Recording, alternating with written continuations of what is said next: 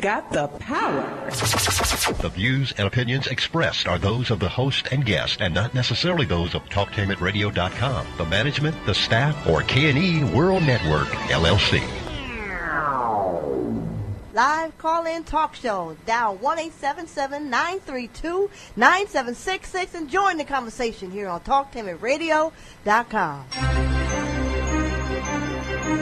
This is The Compensatory Concept with Mr. Neely Fuller, heard exclusively on TalkTameItRadio.com, the world's greatest radio. Radio the way it should be heard. And now, Mr. Neely Fuller. If you do not understand white supremacy, which is racism, what it is and how it works, everything else that you understand will only confuse you. Only confuse you. Only confuse you. Okay, good morning and welcome to TalkTameItRadio.com. And did you know that Talk Tame It Radio, or rather Talk Tame It, is now on Facebook TV? All you have to do is log on to Facebook.com//Talk Tame It. That way you can hear and see us, this program right here, The Compensatory Concept with Mr. Neely Fuller, on Facebook.com//Talk Tame It. And you can also like us. We are interested in your comments. Good morning. On the world's greatest radio, we go where you go, and you are now in touch with the Compensatory Concept. I am Mr. Bobby. I'm your co-host, and this is radio the way it should be heard. Today, we are still on the seventh area of people activity. We'll be discussing religion. And have Mr. Fuller, who is on the line live from Washington, D.C., make his comments and answer your questions. And believe me, this morning we do have a lot of questions. Mr. Fuller, good morning, and how are you? Good morning. I'm still learning. You are still learning. All righty. Let's do this. You can also call the show if you would like by calling 1-877-932-9766, or you can Gmail me at the numeral 7, Mr. Bobby, BOBBY, at gmail.com. And I will get your emails. I don't know if I will read them this morning, but I will get them, particularly relative to the subject that we will be discussing today. And also, don't forget, go to Facebook.com/Talk Tame It, where you can see and hear us. And if you're wondering why I'm repeating that, is because the management has decided that they want you to tune in to not only see but listen to the program, and then hit that like button and leave a comment, and they will at times bring your comments up. Mr. Fuller, again, you said you're still learning, so let me start off with this question. My emails or Gmails have been blowing up, so let's get right into it. This is from the Gmails from Dr. Eric. He said this: Mr. Fuller, due to the recent racist attacks that occurred in Virginia, I've noticed an increase in the use of the term, quote, white supremacy, end quote, being used to describe the individual/groups who attacked counter-protesters. I've noticed that both the media, government officials, key executives at some of the biggest companies in the country are now using the term white supremacy at a rate I have never seen before. I find this odd considering how prior to these attacks in Virginia, almost no one wanted to utter the term, quote, white supremacy, end quote, or white supremacist on TV. But now everyone seems to be using it freely without hesitation, with high frequency. Mr. Fuller, what do you think is going on here? Do you think the white supremacists are up to no good when they start using the term that was once used to precisely describe them and the system we all currently live in? Yes. Anything that the white supremacists do is to strengthen the system of white supremacy. So the white supremacists have long called themselves white supremacists. I've been trying to get people to use the term the system of white supremacy, because it's a worldwide system. In the recent broadcast and people having talks, I mean, I hear terms like in this country. In this country. You know what I mean? White supremacy has been in this country. I mean, since its inception. White supremacy has been a part of the American culture since its inception. White supremacy, and now people are using it now more than I've ever heard it used. Mm-hmm. Those two words. I've been trying to get people to use these terms for decades, and but I spell it out in capital letters, the system of white supremacy. I use the term white supremacy generally speaking, but I'm talking about it as an entire system that is a world system, and that's what I want to emphasize today, because since a lot of white supremacists now are using the term themselves now, I mean, and some of them saying that they are for it, some of them saying that they're against it, and I'll get to that later, because there's another thing that I want to point out. While all of this is going on, you have to remember, and I'm going to say this right now, I mean, because I might forget to say it later on, the white supremacists of this world always see to it that they position themselves on every side of every argument. That's how you become a master confuser. I'm going to say it again. The white supremacists, who are the best governors as far as power is concerned that the world has ever seen, they are the most efficient government that the world has ever seen. Part of that government, part of the government strategy that they use, because we're in a war now. We have always been in a war, because white supremacy is war, all right? They see to it that they position themselves on, since we have heard terms like both sides, this side, that side, alt-right, alt-left, talking about sides. No, the system of white supremacy takes all sides of every argument, but they do it in such a way that when all the talk stops, the system of white supremacy comes out stronger than any side, because they have positioned themselves on every side of every argument strategically. That's a part of their strategy. Yes, sir. I want to say that. I want that to be embedded in people's minds. See, you know, I've been out here talking for many, many decades, and I'm going to point to the code book and whatnot, but this is not in the code book, I don't think. But I want to say this. I want to make this very clear on this program, on Talktainment Radio, August what's today's date? 16th? Yes, sir. 2017. Yes, sir. Watch for it, folks.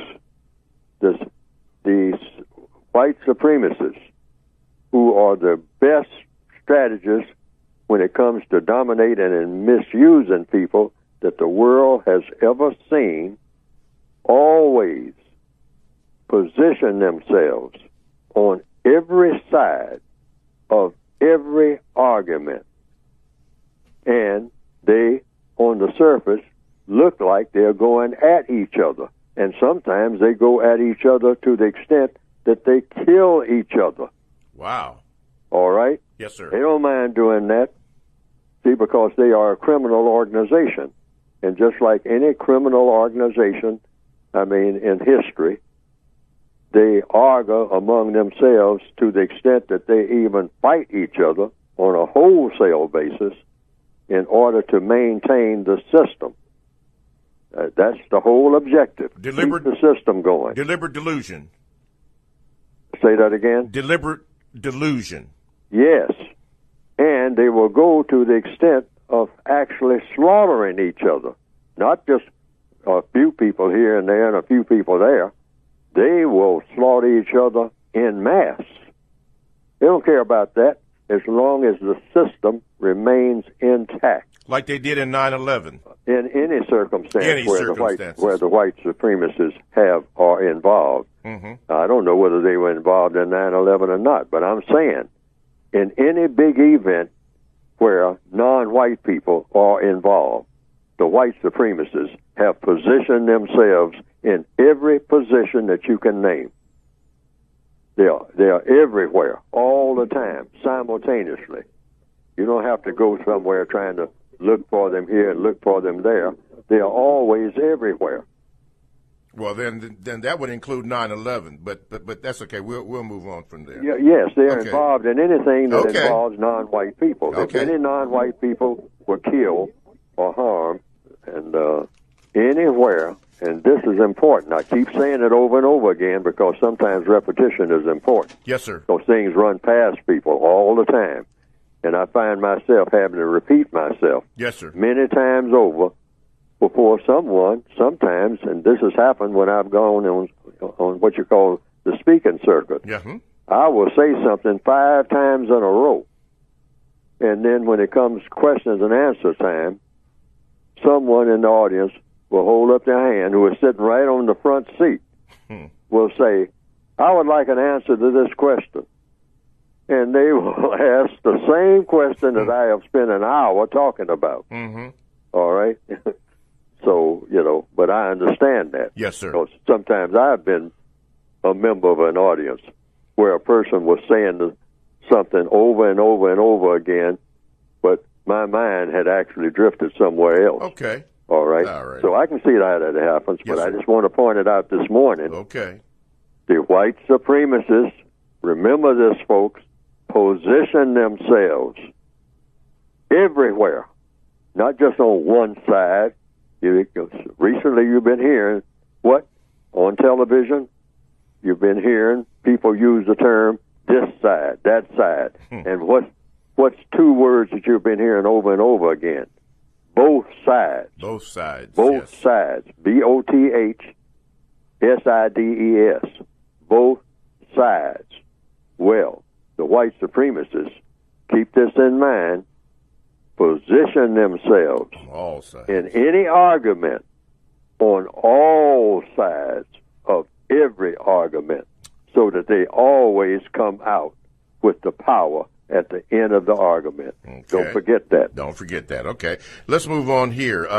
This is a try question in one. It says, Mr. Fuller, why do, and I'll try to fix it so you can answer all 3 at this, basically, why do white people who practice racism deny reality, and why do non-white people of the world settle for only survival instead of fighting for justice? And 3, how do we break the introduction that all non-white people and white people are bombarded with 24/7 through their thoughts, speech, and actions every day in all areas of people's activities, in particular education, entertainment, religion, and sex? All right, let's go with the first one. Why do white people who practice racism deny reality? I think I just covered it, but I'll cover it again. All right. The white supremacists have a code, a world code, and that code is dominate and mistreat in all 9 areas of activity. Okay. Economics, education, entertainment, labor, law, politics, religion, sex, and war. Mistreat non-white people. Any person who is classified as black, brown, red, yellow, tan, beige, and might even, with this genetic engineering, might even come up with some purple people that they can do something to. Who knows? Uh-huh. The white supremacists just have this thing about being color struck. All right? Okay. And anybody that has color in his or her skin is supposed to be some kind of target. They came up with that and made a whole dominant world culture out of it. All right. That's very efficient when it comes to producing things. It is very efficient. Okay. Most of the things that we enjoy is because of the work of the white supremacists. Gotcha. Truth be told. Okay. Now, But they believe in mistreating people and killing people in huge numbers. yes, sir. Who have color in their skin in order to have those things, and actually the things that they have are not as important as the fun that they get out of mistreating people of color. Wow. I mean, they've gotten so complacent and so good at it and whatnot. They say, heck, actually, we just don't, mistreat black people just so we can have some more things, have some money and all like that. We got all of that. We mistreat them because that's our entire culture. Okay. I mean, and if anybody who endangers that culture, you're endangering the most valuable thing that I value in my entire life. If I'm not doing that, I don't know what to do with myself. Oh, I want to even kill myself, and a lot of them do. All right. I mean, the suicide rate among a whole lot of white supremacists is going up.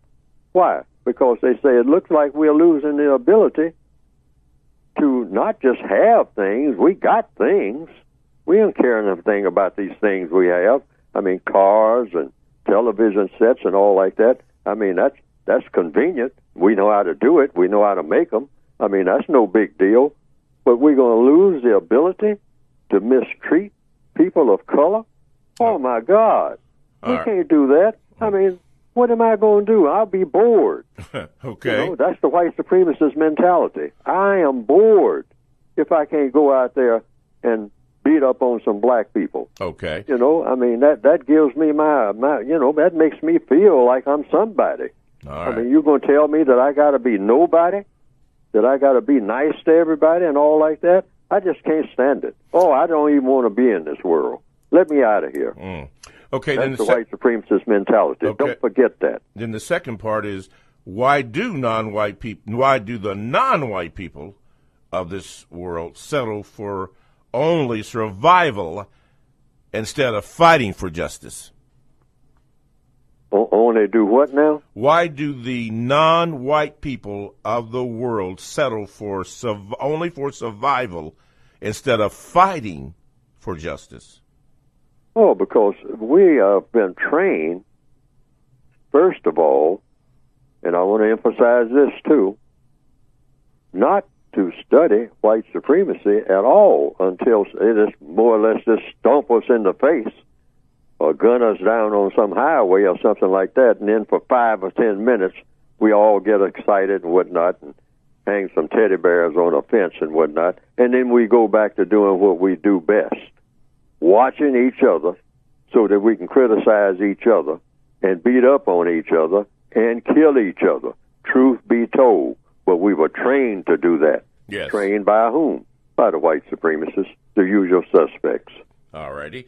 And then the third part is it, how do we break the introduction that all non-white people and white people are bombarded with 24/7 through their thoughts, speech, and actions every day in all areas of people activities, in particular education, entertainment, religion, and sex?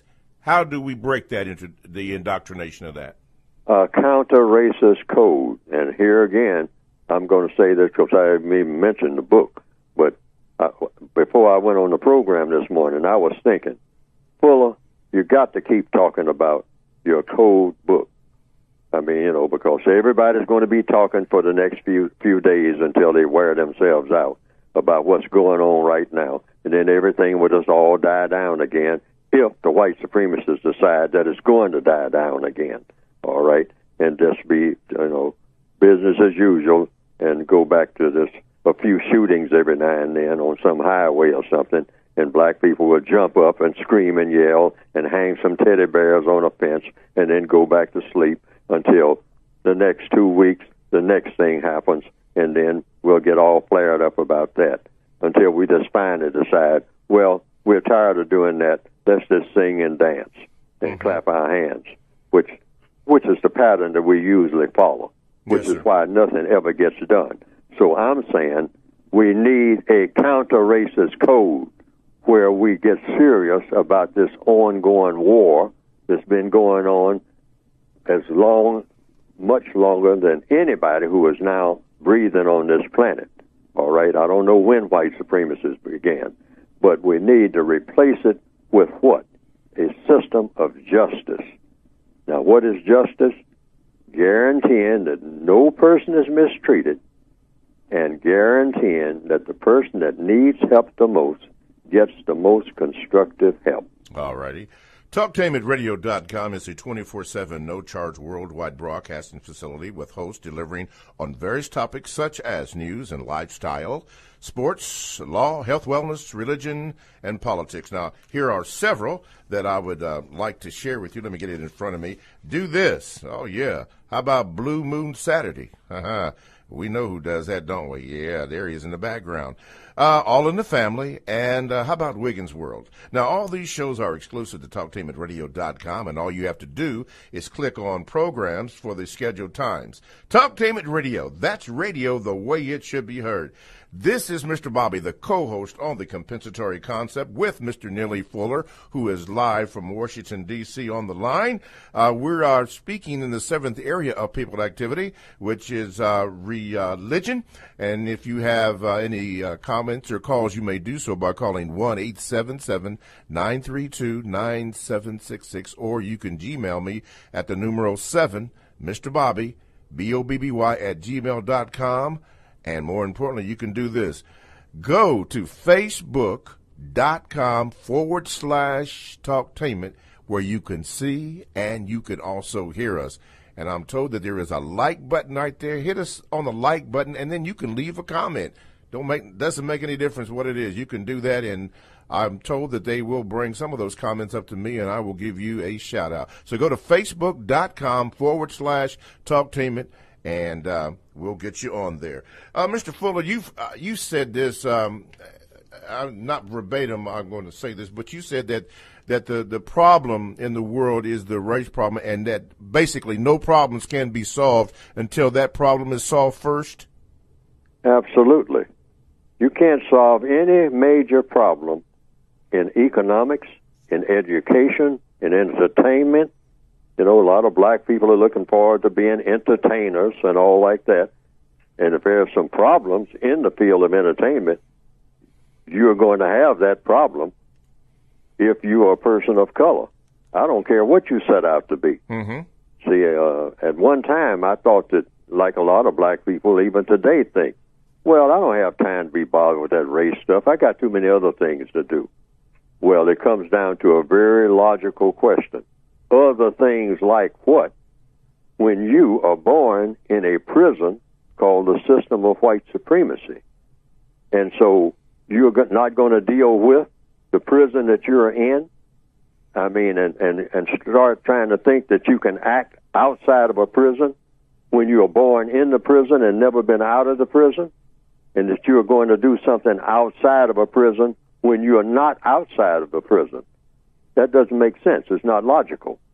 And it takes some people 50 and 60 years to find out. My whole life has been spent in a prison called racism. Okay. See, the whole world is dominated by racism in the form of white supremacy, if you're a person of color. And sometimes a person has almost got both feet in the grave before Eureka.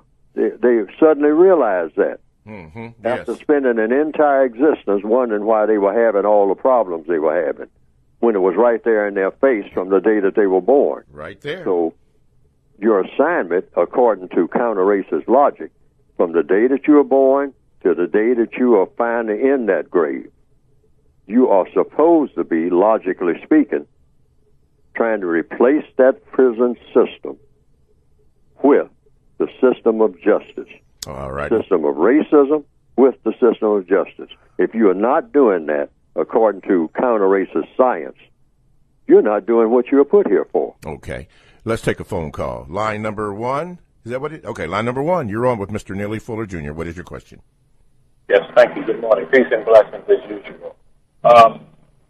Compensatory Constructive Action Meeting every Saturday, 2800 St. Louis Drive, across from Lake Clifton High School under the dome. My question is, from what I'm understanding from Mr. Fuller, is the only defense we have against white supremacy is righteousness. Righteousness, and we also need the help. I can't with the non-white people. I mean, the white people that are white supremacists, we need their help in order to conquer the system of white supremacy, from what I see. So if if they're comfortable within this system, why would they even want to think about helping us when we're even battling amongst our own selves, people of color, the Mexicans against the this and the blacks and the that. We're not organized. People of color are totally unorganized, which we know. So okay, I'm just trying to see what we can do. Okay, wait a minute now, so that we can, Mr. Fuller can understand that question. Could you condense it and put it in a question form so that he can answer that directly? Okay. What I'm saying is, we need the non-white, we need the white people that aren't racist to help us overcome white supremacy, and our only weapon is righteousness to fight against white supremacy, is what I see. Okay, righteousness. Okay, yeah. That's a statement, but okay, Mr. Fuller, response, please. Yes, and in the textbook for victims of racism, it tells, because I was anticipating at some point, very few white people have ever talked to me about the counter-racist code. In fact, I can count them on less than one hand, because I think it's maybe about 3. In all the years that I've been out here, there have been about 3 white people who have talked to me for maybe about 2 minutes. Yes, sir. I think it's one that talked to me for about 2 years. Wow. I mean, this is a white lady that was calling me on the telephone. Yes, sir. Frequently. Yes, sir. But now, other white people, it may be 1 or 2, have talked to me about racism and my views and all like that, maybe for about 3 minutes each. And all the decades that I have been out here, because I try to be scientific, not emotional, governance talking about, just beating up on white people and talking about my grievances and all like that. I talk about solutions. And see, and most white people, if they talk about, it's been my experience, if they talk about solutions, they talk about it kind of in the abstract, like, well, we should all love each other, And if they do something physical, then they do what black people do when we solve problems. What's and that that? is, we hug and high five. All right? Yeah. But we don't get down to starting today, what is it that we're going to stop doing, and what is it we're going to start doing, starting right this minute, today. See what I mean? Yes, sir. That's what you call codification. See, and the white supremacists don't want black people to ever codify anything. Just talk about how you feel about everything. Just jump up and down and scream and yell, clap your hands, stomp your feet, but don't talk about doing anything in a systematic manner. All right? But what I have written and spent time doing all down these years is try to come up with a counter-racist code that's very specific. Now, what are 2 of the things at the top of that list? And I have reiterated those 2 things because they'll go a long ways. Okay, number 1. The white person who wants to help, first of all, never say anything to a non-white person that is not true, or you will have that label on you as being a white supremacist forever, a suspected white supremacist. Okay. In official terms, okay, according to the counter-racist code. That's an absolute. Yes, sir. Don't you ever, if you're white, say anything. I'm talking about just get a street number mixed up. Okay. I mean, if I ask, where's Cherrydale Street, and you send me in incorrect direction, that makes you a suspect right there. Okay. Because the white supremacists strive on lies. Lies. Okay. Hold it right there, Mr. Fuller. TalkTameRadio.com. I am Mr. Bobby. I am the co-host on the Compensatory Concept with Mr. 2hNeely Fuller Jr. And you can get in contact with the show by doing it 3 ways. 1, you can dial 1-877-932-9766, as our caller is doing right now and has done right now. You can Gmail me at the numeral 7, Mr. Bobby, BOBBY, at gmail.com. Can't promise you that I'll get it on the air, but you can also do this. You know that Talktainment is now on Facebook TV. So all you have to do is log on to facebook.com/Talktainment. That way you can see and hear us on this program, The Compensatory Concept with Mr. 2hNeely Fuller Jr. So go to facebook.com /Talktainment, and you can also hit the like button, and we're interested in your comments. Before we take the call, just a few shout-outs to Reggie in Virginia, Sandra in Sacramento, California, Aubrey in Dallas, Vic in Florida, and Chris in New York. Thank you for your listenership. All right, we're talking about religion, the seventh area of people activity with Mr. Fuller, and we will take line number two? Line number 2, you're on. Go ahead. Hello? Yes, the deuce is wide. Go ahead. How you doing? My name is Gregory. I'm a frequent caller or listener always of Mr. Nelly Fuller, and yes, I would sir. like to say thank Mr. Fuller. I think he's one of the wisest men we have alive today regarding this topic, and I'm glad he's in our midst in this day and time. And my question is like a two-part question. I want to ask him if he noticed like code words spoken amongst Donald Trump with the white supremacists through everything that happened this past weekend. And my second question would be, does he think a race war is inevitable given, things that are going on right now? Okay, wait a minute. Let's go back to that first question. Was a code word or code what now? Yeah, well, during the conversations, like a lot of the white supremacists said that they were mentioning like dog whistles and things like that during the interactions, and like some of the white supremacists said that he didn't really do anything to criticize them for what they had done. Okay, Mr. Fuller, you want to address that? Code word. Well, if we're talking about code words, all words that white supremacists use to help to strengthen the system of white supremacy are quote unquote code words. They are code words because the white supremacists have the strongest and most efficient code that the world has ever seen. That's why they're the most powerful, the smartest and most powerful people that the world have existed on this planet in recorded history. Now, pre-recorded history, I don't know anything about, but in all recorded history, all the evidence shows the white supremacists are the most efficient people in dominating and mistreating people that the world has ever seen. Yes, sir. And they have a code for doing that. So everything that they say is arranged in a way to strengthen them, not to make them weaker, even when it looks like they are being made weaker. When they speak, they are becoming stronger. And that goes to show just how skilled they are. They are super skilled. This is why, at the end of the day, after everybody gets through talking, if you are a person who has color in your skin, you wind up always having to beg for whatever you want, no matter what it is, if it's anything of value, either directly or indirectly from the white supremacists. Even when they stand there and tell you how much they don't particularly care for you, you still have to beg them. That's not magic. That's a strategy that is well thought out in order to produce that result. So in answer to the question, yes, they have a code. It's called the system of white supremacy. And every move that they make, every word that they say, because they are masters of words, they manipulate words in such a way, and they have a lot of words that they can talk for 2 hours, and you can say, boy, that guy he really did speak. I mean, man, he was burning it up and all like that. But then when you try to interpret what all of those fancy words meant, you will come up on empty. Okay. If you don't believe it, try it sometime. All righty. You will say, now, what can I do with everything that I just heard? Mm-hmm. And chances are, there's nothing you can do with anything that you just heard. Okay. That's why you remain in the situation that you're in.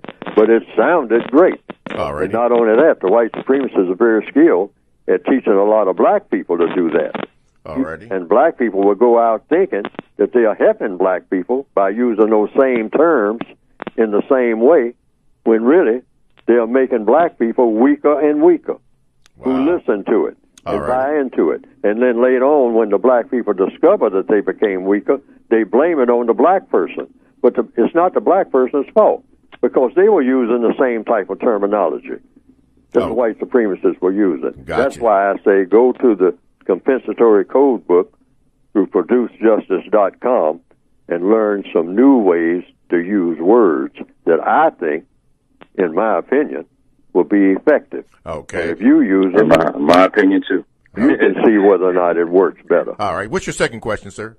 My second question is just that, the fact that they used to be dressed in hoods and all that, but, under the Trump administration, even at that situation that happened in Charlottesville, like they were dressed in his clothing, like khaki pants, white shirts, red hats. So it seems as though, like, everyone is just, under this administration, they're going to be more exposed to this, not hiding themselves. So I think things are inevitable. So I wanted to ask Mr. Fuller if he thinks like a race war is inevitable. Okay. During this day and time. Okay. Go ahead, Mr. Fuller. Okay, ninth area of activity, war. And I've been saying this over and over again, but I'm going to repeat it in answer to the question. The war has been going on before any of the people who are on this planet now were even thought about being born. I'll put it in that capsule. All of the people on this planet who are breathing right now have been born. They were born. I don't care how old they are. They were born while this war was going on. This war started long before any people, white and non-white, were on this planet. Yes, sir. Now, all right? All the evidence shows that. Because what you're talking about is, when did white supremacy begin? And some people say, well, a conservative figure is around 400 years, and a maximum figure is around 600 years. And I've heard this debated back and forth down through the decades. I've heard this debated. And then some people have said, oh, these people don't know anything, or they're not well aware. The system of white supremacy has been around something like 2,000 years plus. Okay? That's a long time. It's a long time. Because you don't have anybody on this planet who is 2,000 years old, I don't think. No. All right? So when you talk about when did the war begin, the war began before we were born, and we were all made prisoners of war a long time ago. We are born in prison. When black people go to prison, like I have in the textbook for victims of white supremacy, when we go to what we call prison now, I call that greater confinement in capital letters. That's how I describe it over and over again in the textbook for victims of racism that you can get by going to producejustice.com. Why? Why do I call it greater confinement? Because we are already confined. If you're a person of color, you're confined in every area of activity according to the white supremacist dictates right this minute. You're confined in economics. You're confined in education. Here it is, 2017, and we're still arguing about schools. I mean, have we noticed that? Just schools, the second area of activity, education, learning, which you have, if you're going to be on this planet, you're going to have to know something. And so we are arguing about how much a black person is going to know about anything. And the white supremacists make the decisions about what we learn. In fact, if we get a certificate of learning, you better have a white person's name on it in the system of white supremacy. Otherwise, it's not going to be recognized nowhere. That's true. That's true. That's true. Think about it, folks. I don't want to start, sounding like I'm emotional, which I'm not, I don't think. Yes. I'm being scientific You're here. being scientific, following the logic. Right. TalkTameItRadio.com. We go where you go and simply download the TalkTameItRadio.com app to your cell or to your tablet. That's radio the way it should be heard. This is Mr. Bobby. I am the co-host on the compensatory concept with Mr. Neely Fuller Jr. You can call into the show by calling 1-877-932-9766. Gmail me at the numeral 7, Mr. Bobby, BOBBY at gmail.com. Or now you can go to Facebook.com/Talktainment, where you can see and you can hear us, and you can hit the like button, leave a comment, and I will give you a shout out like I'm getting ready to do now. Tippy in North Carolina, Ron in Springboro, Devin, who is in L.A., Patrice, who is in Nevada, and Tobin, who is in Australia. Yeah, down under. Yes, they all went to Facebook.com/Talktainment, and I was able to get it on here, and I think I'm going to get some more names too. But anyway, thank you for that. Hit the like button, leave a comment, and we can do that there. Mr. Fuller, before we take the call, you have mentioned it twice already, but we're going to do it again and briefly so we can get to our phone calls. How can one get both of your publications? You can get both of the publications by going to producejustice.com. That's producejustice.com. One is a basic book that gives you basic material and talking about what to do, how to do, some ideas about what you can think. It's not a dictatorship. It's very selective. You just read it, and if it makes sense to you, you use it. If it doesn't make sense to you, you say, this doesn't make any sense to me at all. Yes. And I'm not using this. Right. But if you find anything in that basic book or in the additional book, the Word Guide, that makes sense to you and you think you can use it, you use it. Yes, sir. But use it within the context of where you got it. Yes, sir. Because if you add anything to it, yes, sir, you know, like on a job, anything like that, yes, or sir, particularly if you are a student in a school, say where you got it from. Now, that's not to hype Neely Fuller's books. It is to keep down what? Confusion. Because the white supremacists will thrive on, and they are definitely working on distorting anything that I say. I hear a lot of things that I say out here. I mean, I hear it, but I hear it distorted, okay? I hear it on the radio, I hear it on television, I hear a lot of the terms that I use and all like that, but I hear it also distorted because someone has added stuff or taken stuff out and all like that, right? And used it, you know, in a different way.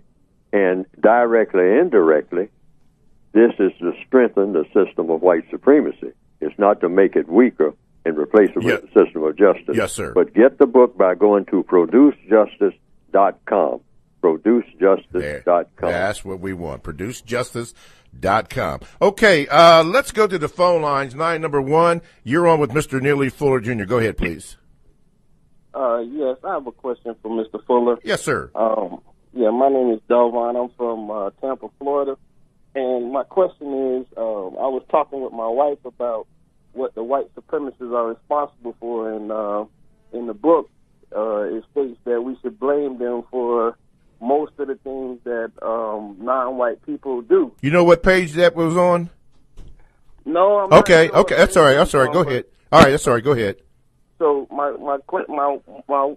wife, she created the scenario. She said, what if somebody has a job that they're supposed to go to, but they spend the night before smoking and drinking on the porch and then don't make it to the job, so they blame the white supremacists.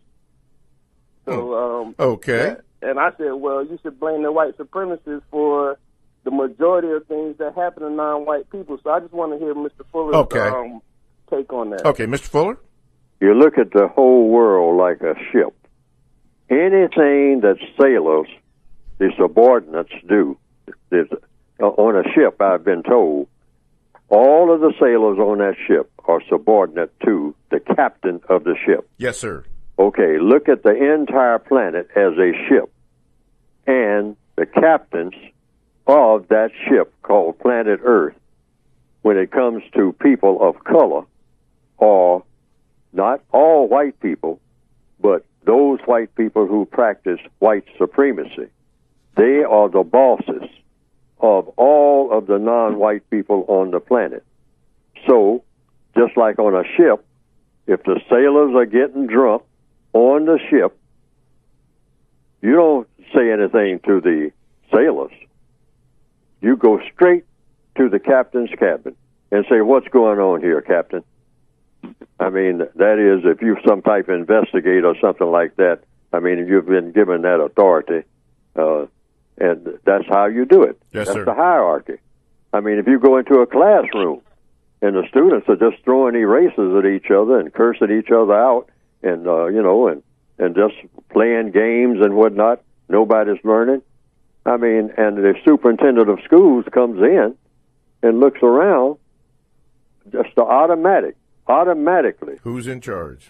Yes, the superintendent of schools will say, who is in charge here? Yes, sir. See, Right. so it's always the same thing.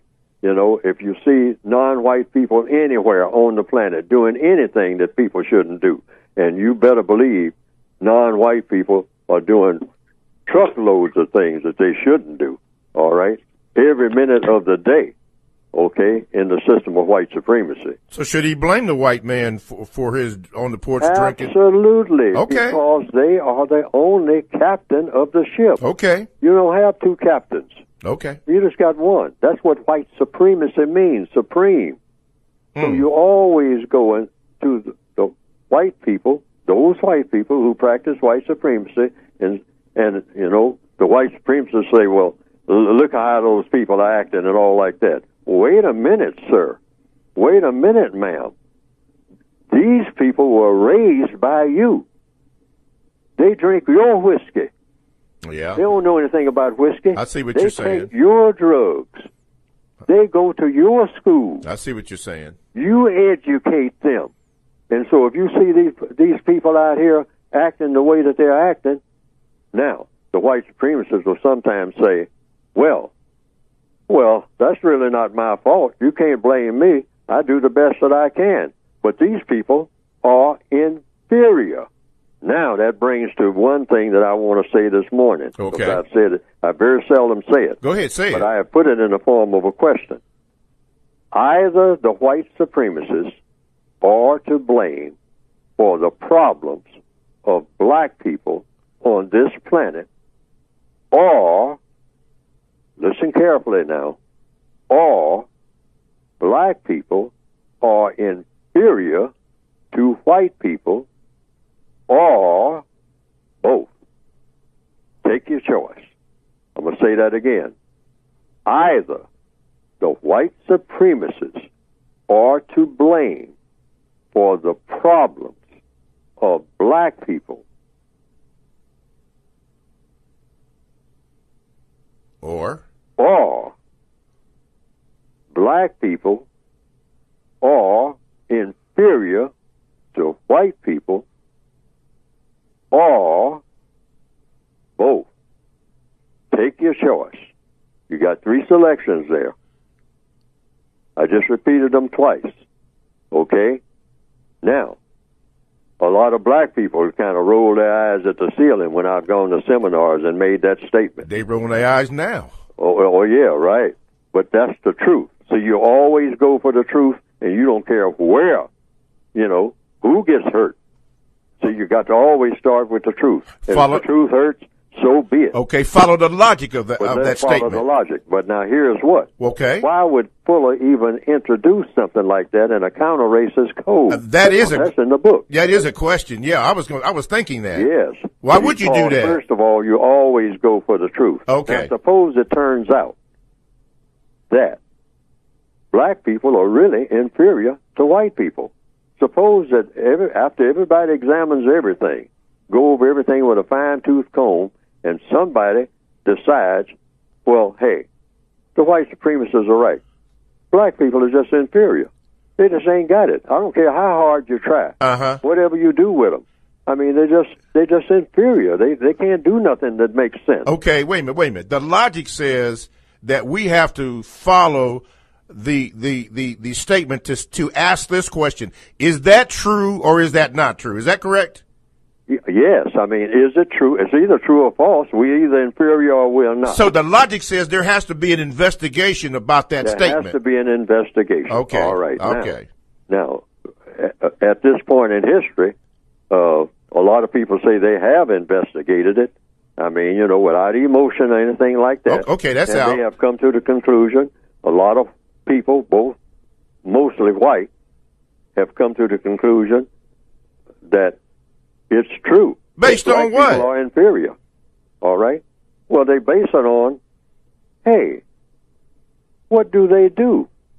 See, because when you know, that's just it. The argument keeps going back and forth. Yeah. And so some black people say, well, we're not inferior when it comes to playing music. And the white supremacists say, well, let's look at that. What is music? And then that goes back and forth and all like that. Yeah. And then black people, then the white supremacists will say, well, name something that you have done that's worth doing, or your people. The whole time, then they go back and forth all about ancient Kemet and all like that. Yeah.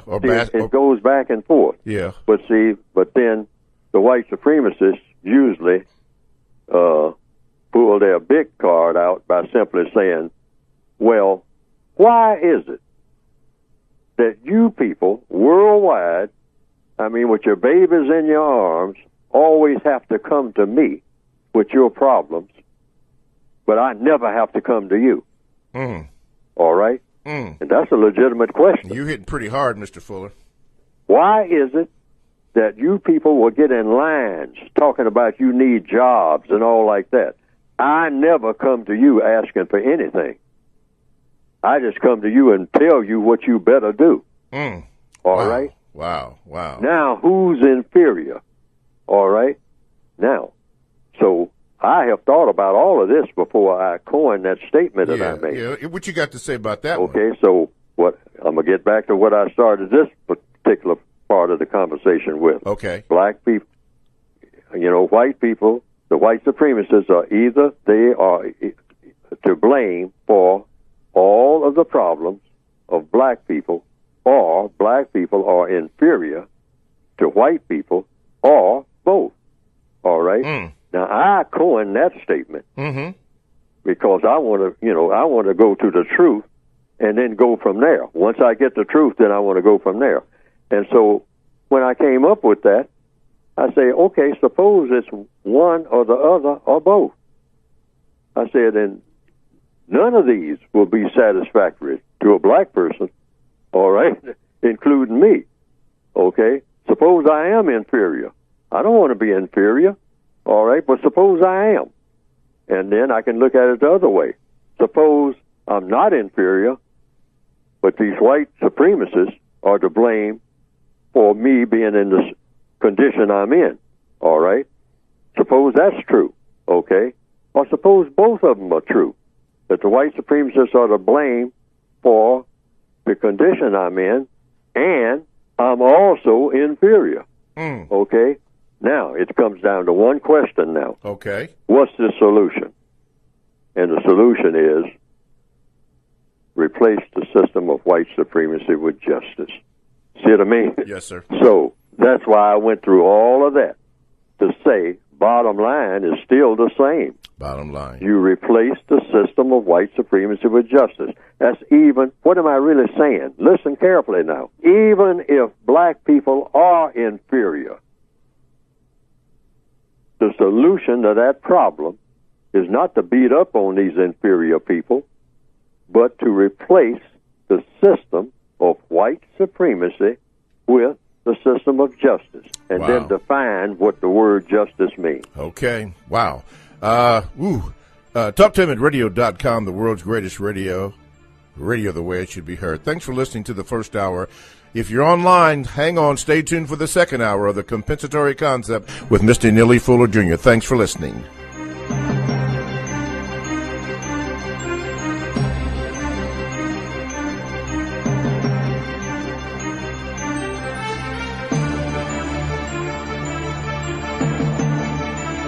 You got the power.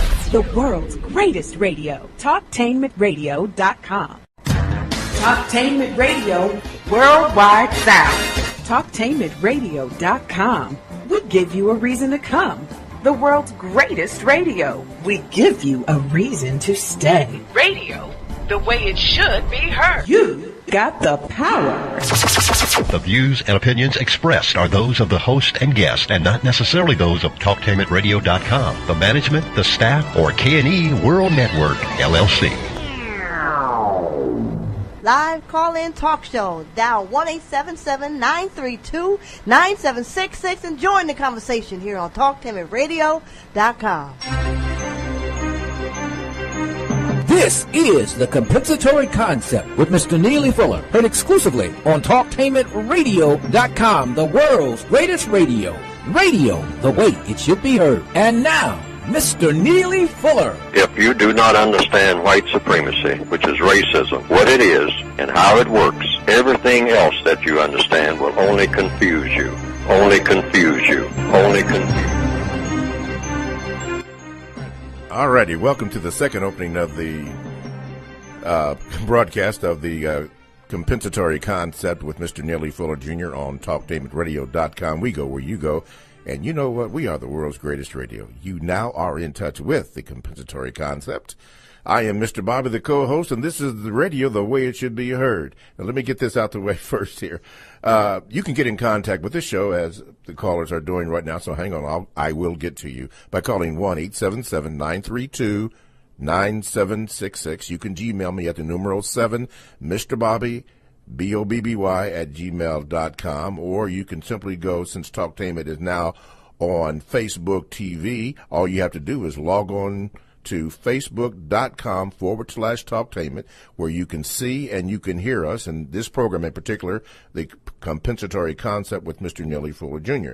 That's facebook.com/Talktainment, and you can also like us, and we're interested in what you have to say. You can leave a comment, and we do have a few people that I have to call. Jolaya Carter, Oz Rockman, Kim Joshua Jones said hello. Thank you for the comment. Moshe Talmud, good morning, Mr. Fuller and Mr. Bobby. Rosalind Smothers, good morning from North Carolina. All right, North Carolina in the house. Dwayne Anderson, good morning from the central west coast of Florida.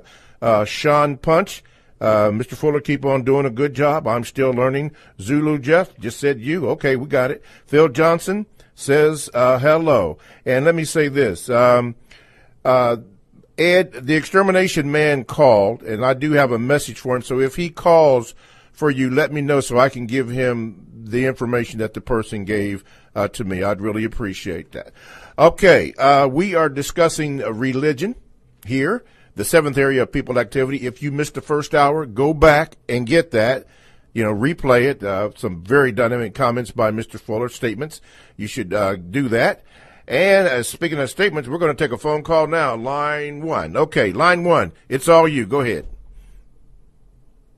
Go ahead, line 1. Oh, yes. This topic is based on religion, right? The concept of religion and how it has basically controlled, I guess it has controlled both sides, blacks and whites. And my problem is the religion has kind of put us in a loophole over the centuries because of our concept of religion, which was based on spirituality. I think that religion, it holds black people down. In the 60s, during the civil rights movement, it was powerful because when Dr. King was pushing for us, the religion, he had the nonviolent movement going on, but at the same time, he was coming up out of that, listening to Malcolm X and a couple of other guys, but he was also talking about the segregation, and he was talking about that he felt like that he was leading our people into a burning house of fire. Well, that part of Dr. King, we didn't understand that Dr. King really was talking about, okay, now listen, we have been so focusing on what white people have done to us for centuries, but we haven't been focusing on what we have done to ourselves. That's the problem. Okay. And religion, like I say, I think that religion has been one of our biggest downfalls because the church have gotten out of the place of talking about civil rights and the movement, and they got us so dwelled on what we need to be praying and praying and hoping for a change, and that ain't gonna never happen. We have to change ourselves as people. Okay. And the problem is, it has nothing to do with religion. It has nothing to do with, in my city, my hometown, we have so much violence, and everybody's saying, well, what do we do about violence? It starts at home, the parenting. Starts at home. We have to start re-evaluating our kids. All righty. We have to go to attack the church and And instead of talking about praying, that ain't going to make a change. Okay, thank you, Mama. Thank you very much for your call. Appreciate that. We'll have to put that under VGQ. What's the next line, Ed? Line number 2? Okay, line number 2. You're on with Mr. Neely Fuller Jr. Go ahead. Hey, how you doing, Mr. Bobby, Mr. Fuller? Can y'all hear me? Yeah, go ahead, sir. Oh, I'm sorry. We having trouble getting the show in Baltimore, so I can't hear you guys. Okay. But I'm in Baltimore, of course. This is Brother Muko, where we hold a compensatory constructive action meeting every Saturday, 9 to 10, St. Louis Drive, under the dome. So anybody listening in Baltimore, y'all can come and join us. But my question for Mr. Fuller, I hope you haven't covered this already. But my question to Mr. Fuller is for my care unit in Baltimore. Can you please explain why it is important that if you practice a religion, your belief should be backed up by logic? Okay. Mr. Fuller? If you practice what? Any religion. First of all, I'll go to the 7th area of activity, which is where we're supposed to be in the textbook for victims now. I'm sitting here listening, and I'm thinking, and this would include what the previous caller said. Go to the textbook, if you have one, and look at what I have said from my viewpoint, based on logic, because everything that I say is supposed to be based on logic. Yes, sir. Not just what Neely Fuller is trying to push, out of his ego or whatever it is that he might have. It's supposed to be scientific. 1 and 1 is 2, all right? Right. So that applies to religion, too. Yes, sir. Because, first of all, you do what? When you start talking about anything, what is religion? Now, I try to get that straight in the textbook. What is religion? Get that straight. I hear people in almost every now and then coming up on this program, somebody will say, well, religion is been a big problem with black people, and black people with these churches and all that, and that goes back and forth and back and forth. Yes, sir. Now, we need to stop the back and forth and come right to the scientific approach. The codified approach is, first of all, if you use a word like religion, you define the word religion first of all. That's number one, right out of the gate. Otherwise, everything else is going to be downhill anyway, if you don't define what you mean by religion. Religion is nothing but a strong belief backed up by action. And the most effective religion among the people of this planet that the world has ever seen right this minute in 2017 is the religion of white supremacy. Yes, sir. It's a strong belief backed up by action. There's no religion that is superior to that religion. According to what? Neely Fuller? No. According to the evidence. Or logic. All right? It's more people who cater to the system of white supremacy on this planet right this minute, the religion of white supremacy, than any other religion or all the other religions combined. Wow. All the other religions are busy fighting each other, arguing with each other about in the Christianity, people are still hitting each other over the head with the Bible, which is why you got a different church on every corner with a different name on it. The St. Matthew, the First Baptist Church, the Second Baptist Church, the 20th Baptist Church, Baptist, and all of them say, what we do here is a little bit different from what they're doing down the block there. All right, a little bit different. I thought you were all Christians, which means you come together in Christ. Okay? And so now, and you go to the Islam, well, just read the newspapers and make up your own mind of what that's all about. When you look at the Islamic religion right now in most of the world, you have people who call themselves Muslims who are killing people who call themselves what? Muslims. Yes. You don't have to have a religion to kill anybody. All you got to do is just start killing. The dead people are dead. That's for sure. okay? And you have, all over the world, Buddhism and whatnot. Everybody arguing and fighting. Now, in the religion of white supremacy, which is a strong belief backed up by action, you have white people who are white supremacists who fight each other.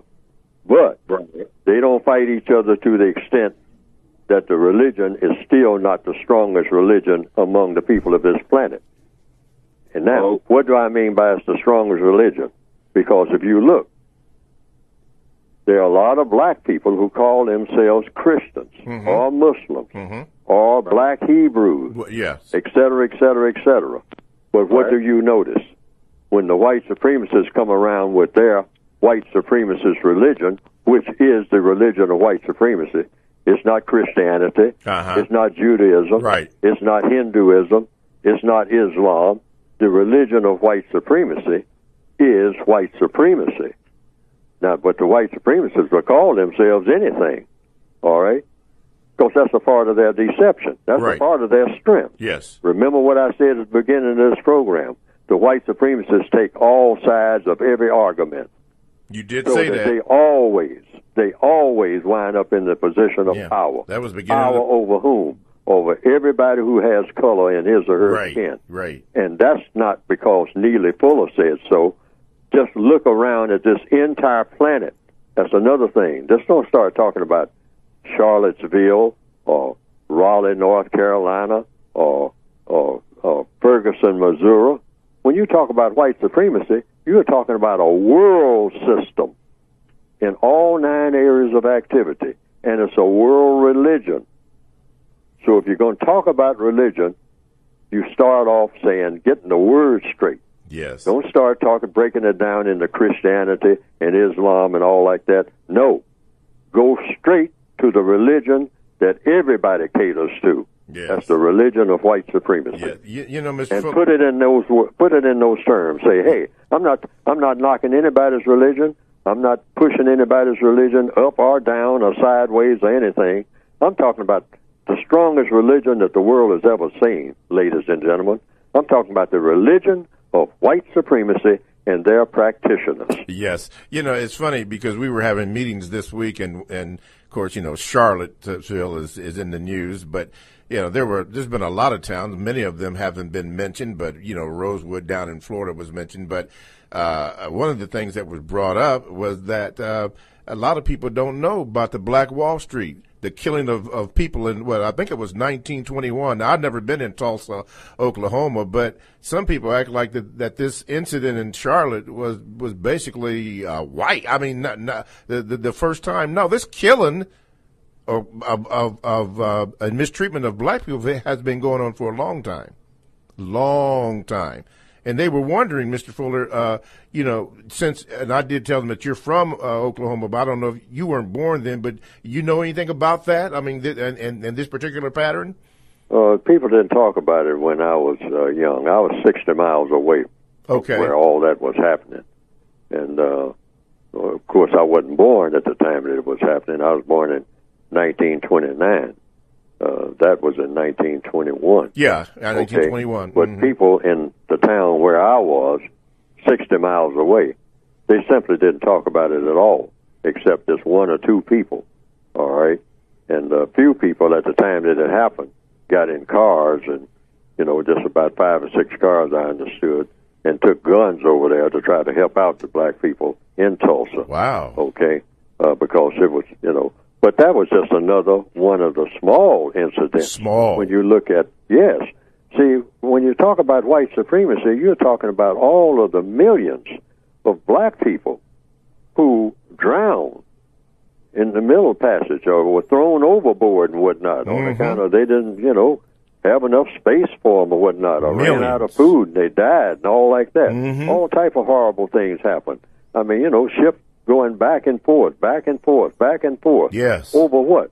Hundreds of years. See, we talking about hundreds of years. We're not talking about, remember when they lynched that black guy down in Dalhart, Texas? Folks, please, it's okay to mention those things, but talk about things, going over hundreds and thousands of years. all of the black people that died, I mean, in the Colosseums, in the Roman Colosseums, that were hauled up from what they call the continent of Africa, and they were put into the entertainment centers in Rome by the white supremacists who called themselves Roman emperors and whatnot. But they were white supremacists anytime they went and got dark people and put them in the Colosseums to fight the lions so that the emperor's women could look and enjoy themselves and clap their hands when this black person was being torn apart by a lion for their entertainment. See, that's what they would do when they got bored. Yes, sir. Yes, sir. See, when they're up there, I mean, you know, having all types of orgies and whatnot, and they say, okay, let's stroll over to the Colosseum and watch these Africans, these Afrites, these inferior people, I mean, fight the lions. And we'll watch them for about a couple of hours getting torn apart, and I mean, and that way we'll thrill ourselves because they like the thrill. They like using that word. This is a thriller. Yeah. That's why they like to write books about, what do they call it? Thrills. Thrills and chills. All right, thrills and chills. Okay, murder mysteries. Who done it? I mean, let's find out who did it. You know, we found a body in the trunk. I mean, who did it? I mean, and it'll be 500 pages. I mean, a big glossy book. Not a book telling you how to grow anything, how to dig a well. All those books are back in the back of the bookstore. All the books about killing are up front. That tells you something about so-called white culture right there. Right there. White supremacist culture. And that's a word that hasn't been mentioned on the program this morning. But somebody's been mentioning culture on TV in the last few days with these statues and whatnot. Yes, sir. Our culture, okay? What is culture? See, watch words. What is culture? Culture is whatever you're doing at the time that you're doing it. That you're doing it, yes. See, that's what I mean by a word guide. Go to the textbook for victims of racism. I'm not just trying to push Neely Fuller's book, but it seems like that's the only way that I can do it. Because if I could do it any other way, I would do it that way. But I have this book out here that I think is not the answer to everything, but I call it right there on the cover. It's a guide. It's to lead us, you know, in a different direction in a way of doing things from what we have been doing. Because of what? It's a compensatory code. Yes, sir. Which means what? We haven't been doing what works. And I'm thinking that if we start using some of the things that I'm just trying to start off in a very baby-like way, start off with us in this direction, mostly just paying attention to how people use words, that will go a long ways overnight. Yes, sir. Towards solving our problems. That's my belief. That's your belief. And if it doesn't happen, I mean, if we actually do it, then that's all on me. Okay. They'll say, Fuller, you led us, you know, you had us, you steered us, you made suggestions that had us off course. So let's get back to what we were doing. All right. But just try this for a change and see on your job and all like that. And when you go to these colleges, when you go to your high school, take a textbook for victims of racism with you, lay it aside, whatever books that they have, you know, whatever books they put on your desk, read them too. I mean, because you got to do that to stay in school.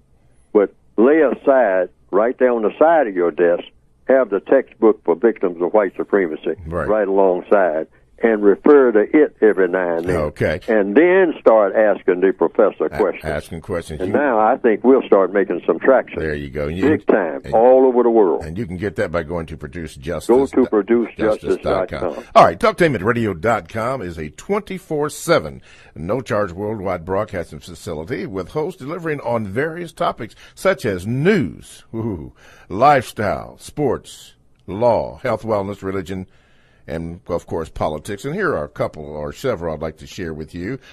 This is Libby, and you've heard that, but yeah, you got to hear it again. The Kinsman, and At the Table. Now, all these shows are exclusive to TalkTainmentRadio.com, and all you have to do is click on programs for scheduled times. That's Talktainment Radio. That's radio the way it should be heard.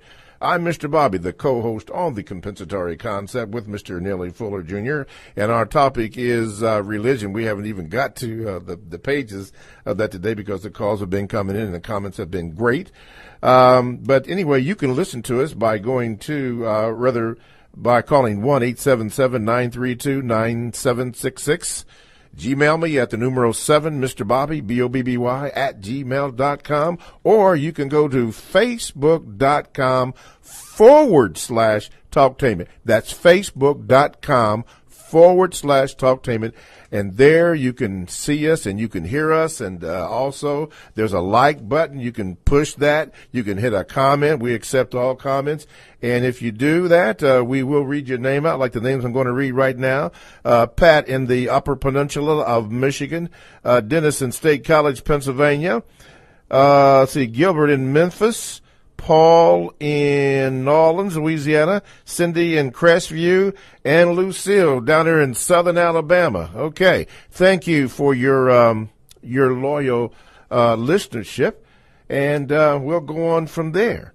Okay, let's see here if I can swipe this up here and get a Gmail here. Okay, this is from Doc Mack. He says, Mr. Fuller, why can't we, and I know we as Afro-Americans are victims of white supremacy, but are we allowed to speak our minds the way we see this fool of a president do, or should we just keep our mouths shut and suffer in silence, meaning holding all of our frustration at injustice inward?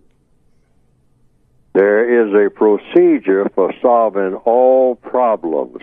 All problems. I'm going to say this for the 10 millionth time, and I'm going to keep saying it until hopefully something grabs somebody, and they try it. All you got to do is just try it. If it doesn't work, jump all over Neely Fuller and say, Fuller, get out of here with that garbage, because that's one of the first things and one of the first people that I talked to told me, Fuller, ain't nothing in that book that I can use. And I said, well, that's what you're supposed to discover by reading the book. And if there's nothing in there that you can use, that means that you are able to solve your problems without the use of my book. See, the book is just a practical guide. Mm-hmm. And if you can't find nothing in it that you can use, don't use it. That's what compensatory means. It's based on compensatory logic, which is the logic of the entire universe. Okay? So it's just not about Neely Fuller. Okay. So here's what.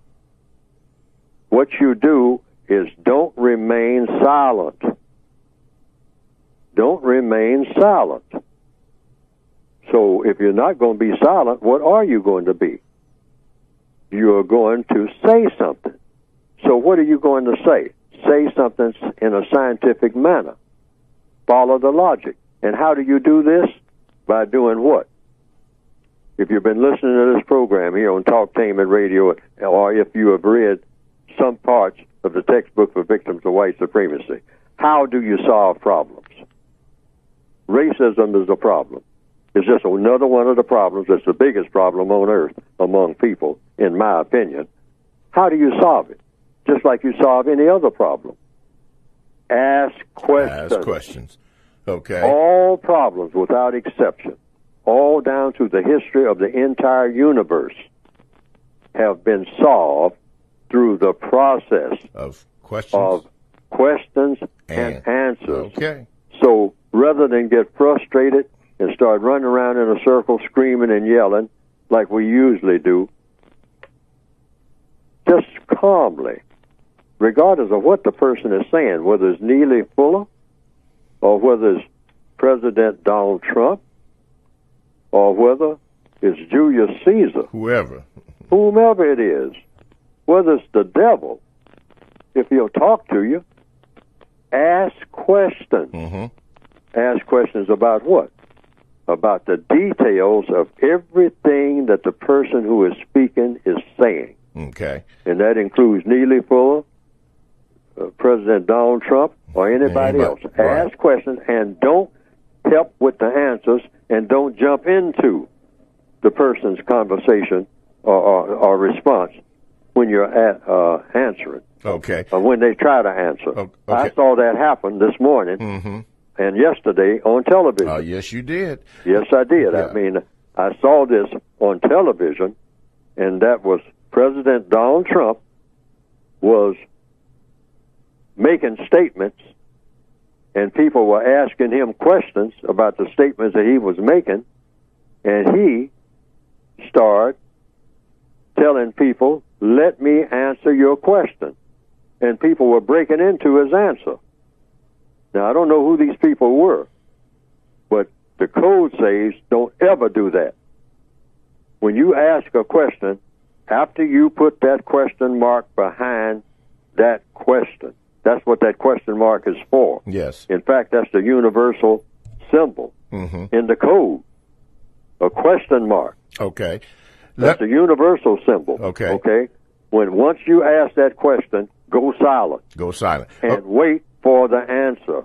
You don't want your answer. You want the answer from the person who's doing the talking. Because this is very, very important. I'm going to tell you why.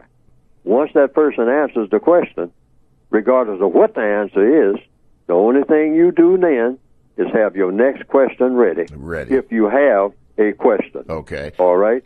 But don't help them with the answer. Okay. Never do that. All right. Let me close this question out.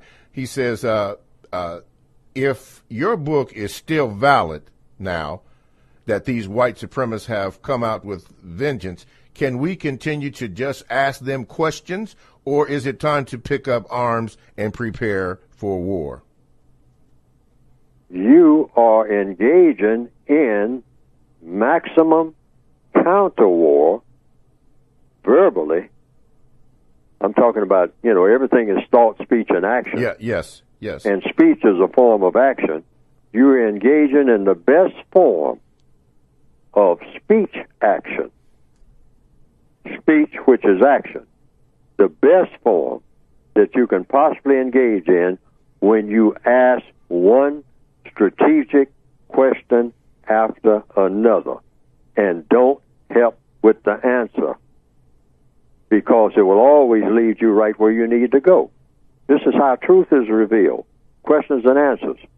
Every school that's worth being called a school is made up of what? Questions and answers. That's all a school is. I don't care how big the building is, or how small it is, or whether you're having school up under a tree. It's all questions and answers. If you ever think about it, folks. What is a school? Questions and answers. What is a courtroom? Questions and answers. Right. They always lead you right where you need to go. Okay. Stay in the question lane. TalkTainmentRadio.com. We go where you go, and you can simply download the TalkTainmentRadio.com app to your cell or to your tablet. That's radio the way it should be heard. This is Mr. Bobby. I am Mr. Bobby, the co-host on The Compensatory Concept with Mr. Neely Fuller Jr. Our topic has been, religion. Okay, I was told to go to the phone call right now, then I'll read the information here. Okay, line number 1, you're on. You got me? Hey, yeah. Hey, listen, before you make your comment, I need you to hang on because I got a message that I'm supposed to give you and only you, and I don't want to put it out all over the world. So when your 2 minutes are up, then hang on, then I'll give you the message, okay? I'll go back and give you the message. Okay, go ahead, bro. All right. Black people are not inferior to anyone. What it is, we have been conquered. Pilgrims came here. They wouldn't even survive if it wasn't for the Indians. Chinese came up with gunpowder. Different people came up with different things wherever they were. It's not that nobody is superior to anyone. These people were just able to come and conquer people and kill them. And the main reason they was able to do it, because non-Caucasian people always befriended people. So when a stranger came to their land, they didn't say, oh, let me kill them all. They took them in, talked to them. There's another human. And that was their biggest downfall. Now, let me say this real quick. Our time is quickly running out. If you want a chance to save your life or some loved one life, you got to try to get them out of here. You're not going to outshoot, outgun, outkill this man in his land. That is not going to happen. Some black men out there with a few guns think they are ready for a war. I wonder sometimes have any of them ever been in the military. They not ready for no war. They couldn't whoop the Boy Scouts. It takes a lot to fight a war. First of all, you need a country you fighting for. We never had no country. This ain't our country. Vietnamese, they had a country over there. Iraq, them. They got Afghanistan. Them people are fighting for their land. They have something to fight for. What would we be fighting for? So we can just come back out and walk down the street and go to the store? You sure ain't gonna be fighting for no country. You ain't got no country. All so right, look, people. If you're able to get out of here, get out. It don't mean you're being scared. It don't mean you're gonna get away from white supremacy. Hey, white supremacy run the world, but you might go be able to get somewhere to live your life out. All right, your grandchild might be able to live their life out. Okay. You're not going to defeat these people. All right, my brother. Okay. Hey, don't hang up. I'm gonna give this message to Ed so he can give you what this gentleman wants to get in contact with you. So do not hang up. All right. Brother, appreciate okay. it. All right. Let's go to line number 2. Okay, caller, you are now on with Mr. Neely Fuller Jr. What is your question? We can't hear you. Hello? Yeah, go ahead. You can hear me now? Yeah, I can hear you. Go ahead. Yeah, good morning. My question to Mr. Fuller today is, in the 9 areas of activity, if we had to take them apart and show people and get rid of the misinformation and the deception, which one do you think would be most important to stop, like, immediate suffering right now, like, for instance, in the Middle East, and like the wars that's going on. Like, okay. Can I give an example? Like, wait a minute. Let Mr. Fuller address that, my brother. Let him address that. The 9th area, and I need you to listen to what Mr. Fuller is going to say. Mr. Fuller? The 9th area of activity of war and counter-war. Go ahead, repeat it. I was saying which one, if you had to take them apart and show people what's actually going on instead of the deception, which area do you think would be the most important to stop immediate suffering right now among non-white people? Okay. Like right now. All right, Mr. Fuller? The code book is written in such a way that whomever picks up the code book, which is just a guide, what I have written is just a guide, and is segmented into 9 areas of activity. And the 9th area of activity is war, counter-war. But all of these areas of activity blend one into the other. What affects politics affects education. What affects education affects war. What affects war affects religion, et cetera, et cetera, et cetera. It's all a part of the same cloth, you might say, like a blanket made up of different little patches and whatnot. Old-fashioned blanket made up of different types of cloth, but it's all the same blanket. So the world is the same way. It's all just one piece of cloth. All right? You can't really separate one from the other. I mean, it's all, the world is the world, and we're all in it. Okay? So now, and a counter-racist code operates the same way. You're in the prison system, so each prisoner, and I keep emphasizing this, has to make his or her choice about what he or she will do about racism wherever he or she may be in the prison system, based on what they think will work.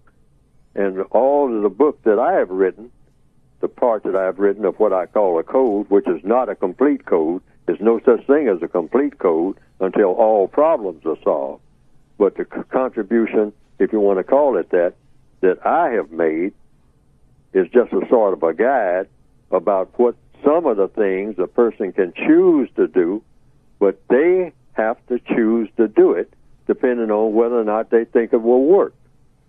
It's just like, working, in a big building, and, you're doing whatever you're doing in the building, and if the building is a place that produces lettuce, wherever you are in that building that produces lettuce, you just do the part of handling the lettuce that you do.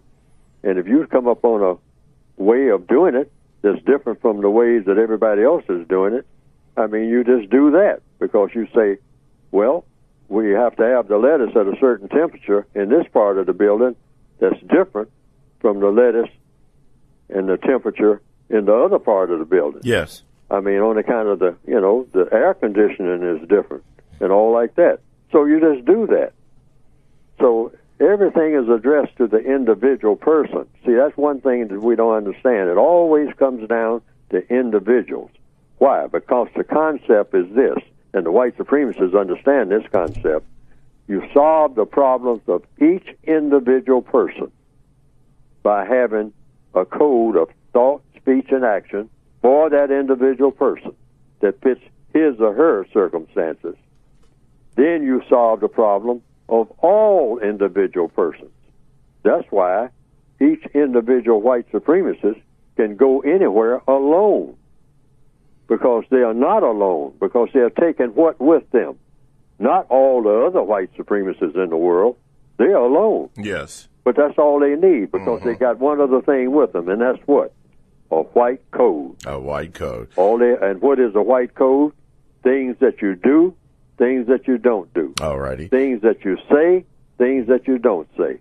And they have found out that having a code that's designed to always serve you wherever you are, and they have, by trial and error, made it work better than any other code that any other people have ever produced in the recorded history of the world.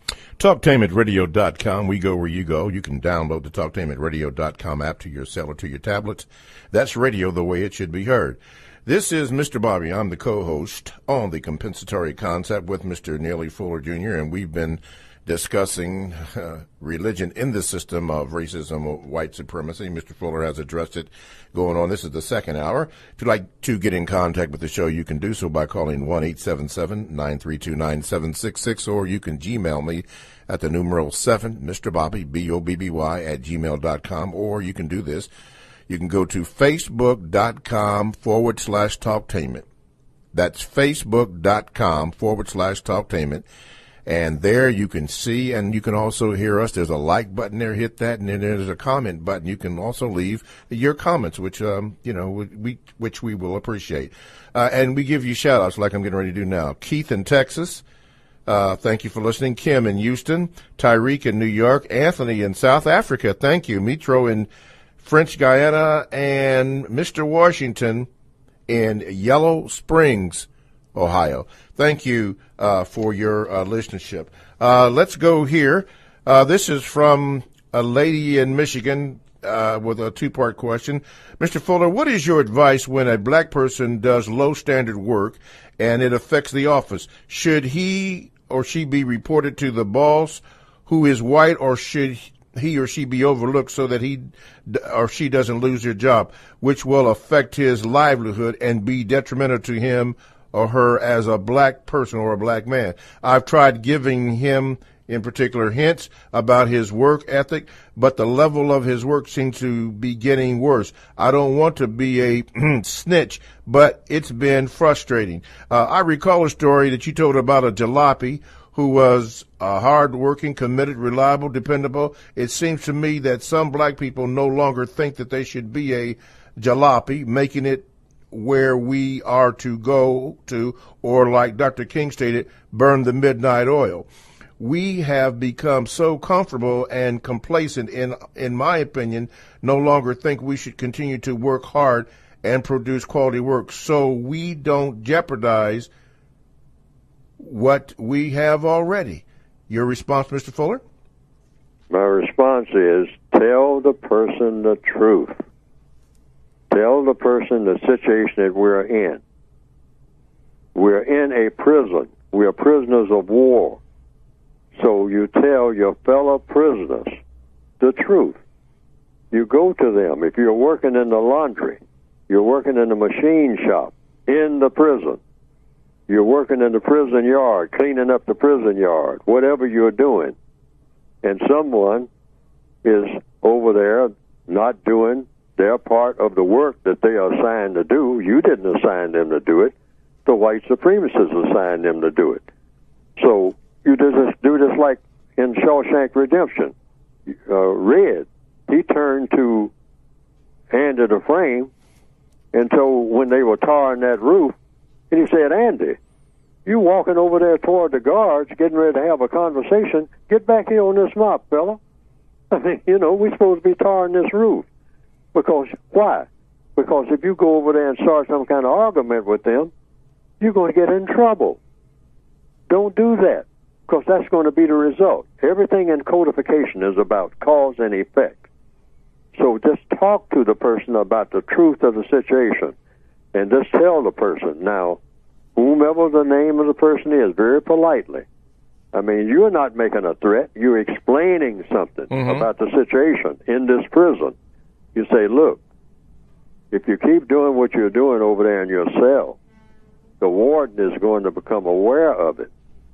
And they say, well, the warden won't become aware of it if you don't tell him. Say, yeah, but the warden is going to ask me what happened. And I'm going to have to tell the warden the truth, because I am a prisoner like you.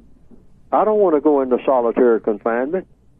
And so you're going to be helping them to put me in solitary confinement if I cover for you.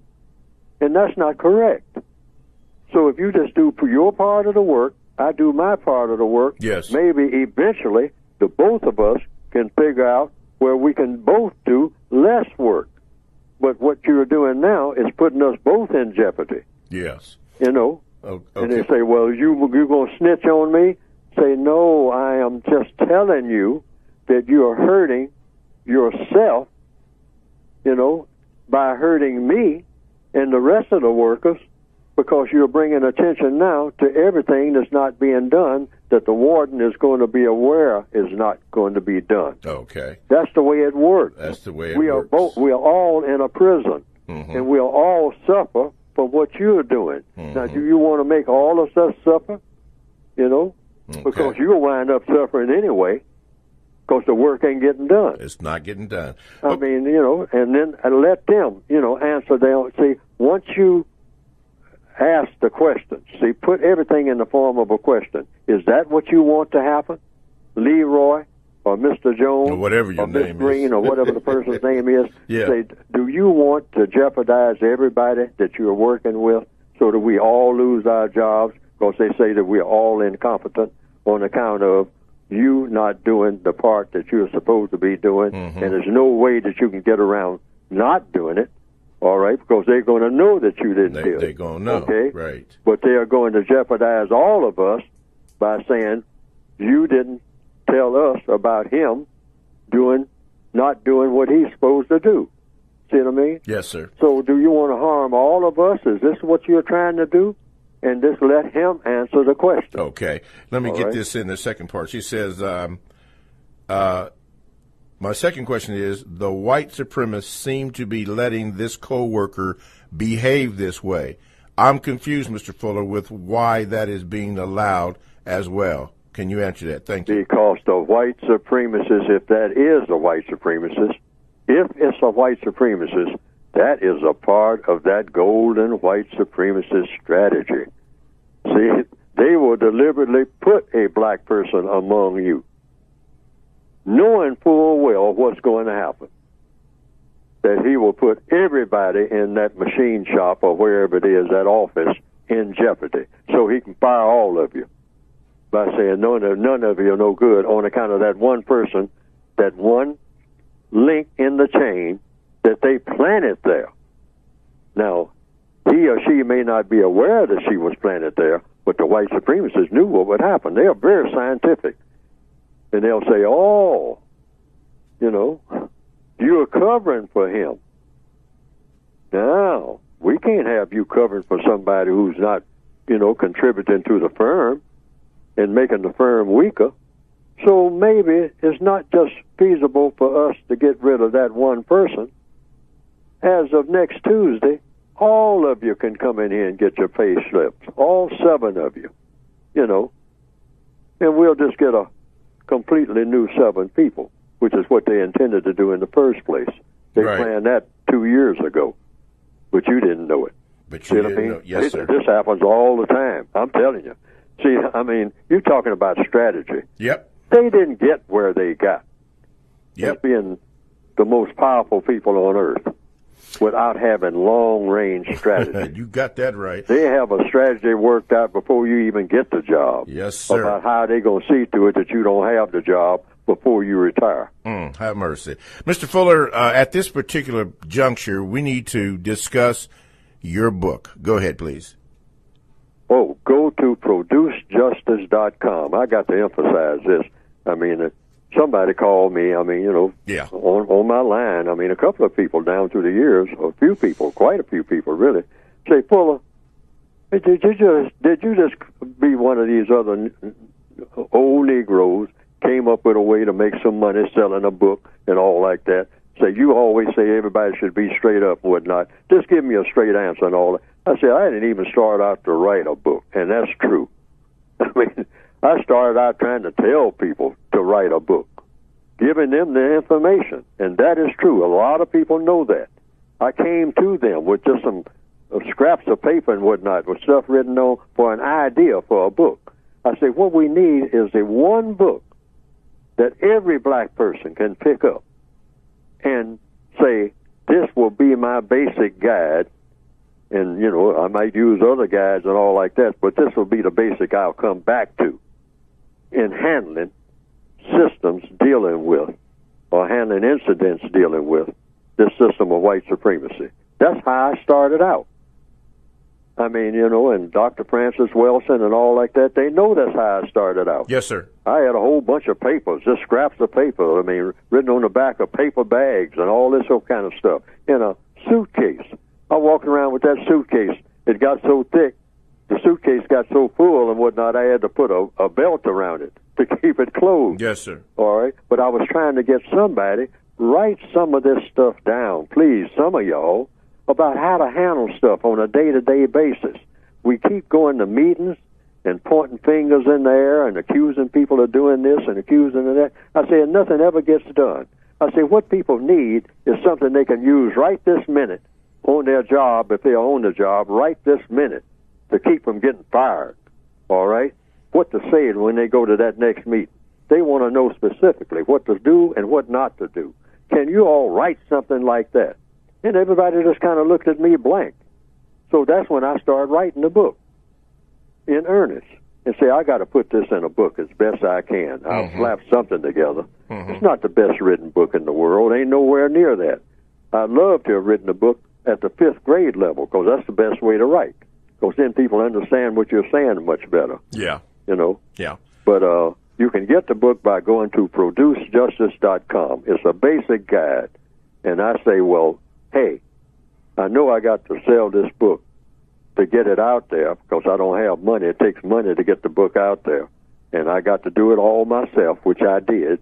I mean, with the help initially of Dr. Frances Cress Wilson. Bless her for helping me get the first book out. I mean, after many years. Yes, sir. I mean, of people telling her that maybe she should help me because maybe she could. And she did. Okay. And then I've been able to go since that to get the book out that I have now in this form. Okay. All right? This latest form. Okay. Okay, but go to Produce Justice in order to get it. Okay. ProduceJustice.com.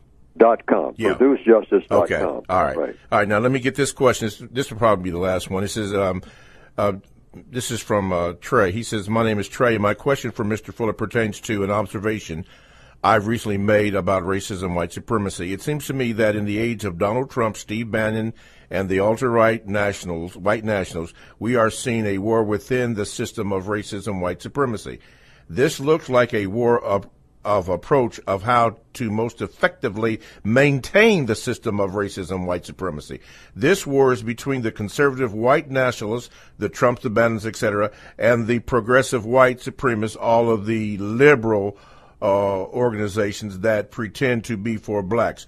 What do you think of this, Mr. Fuller? I've seen the so-called left-wing white progressives be just as racist as right-wing white conservatives. Within a system of racism, white supremacy, as you have described, there doesn't seem to be a political party organization that isn't contributing to the system of racism, white supremacy in one way or the other. Victims of racism, white supremacy should not be tricked into thinking that white progressives are for us simply because they are liberal. Thanks for your insight, Mr. Fuller. If this is in the form of a question, yes, I'm going to go back to what I said at the beginning of this program almost 2 hours ago. What did I say? I started off, and I said, I want to make this very, very clear. This morning, in 2017, August, the white supremacists are very skilled at the art, science, code of deception. All right? And they are the best strategists in the world for dominating and mistreating people. And part of that strategy, a key part, is to do what? What did I say earlier in this program? If some of you were with this program at the beginning, today. I said it over and over again, and I'm going to end up this program saying it. The white supremacists take all sides of every argument when it comes to people of color, so that they have positioned themselves to have, in the end, the same strength or greater strength than they had before the argument started. I'm going to emphasize that again. They are very, very scientific at taking all sides. See, they position their people on all sides of not just two sides, three sides. If there's an argument of any kind, religious argument, political argument, educational argument, they position themselves on all sides of every facet of every argument. Don't forget that. Like the Godfather trying to tell Michael, whomever comes to you and set up this meeting, that's a traitor. Don't forget that. Don't forget that. All righty. Well, we have come to the end of the show, so let me say this. Thank you for listening to TalkTainmentRadio.com, the world's greatest radio, and radio the way it should be heard. Thanks for all of your calls, your Gmails, for your likes, all that. Thank you for listening, and we will see you next week. Thank you, Mr. Fuller. Thank you.